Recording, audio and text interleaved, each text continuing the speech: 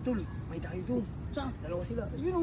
Dalawa sila. Hindi sila dagar rito. Ang ginagawa nyo. Kita kayo dyan.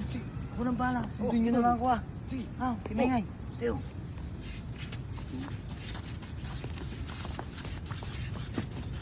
Dito magpatayo ng bahay natin dito.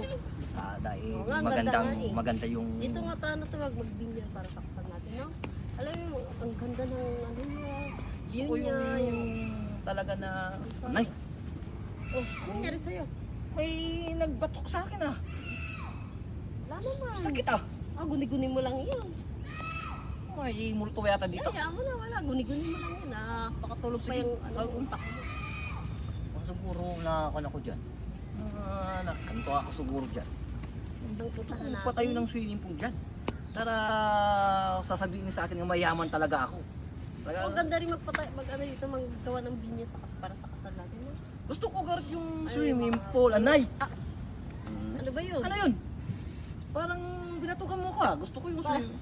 Sinasabi ko yung plano ko, yung gagawin ko para pan. Sabi ng bata ko, baka guni-guni mo lang yun. Oh, ganun ba? Baka naiinkanto yata ako ah. Naiinkanto yata ako ah. Dito nga tayo. Punta nga tayo dito sa beach na lang. Maligo na lang tayo para Sige. mapabuti pa.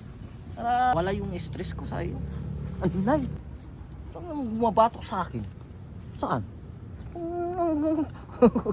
Giant pala to.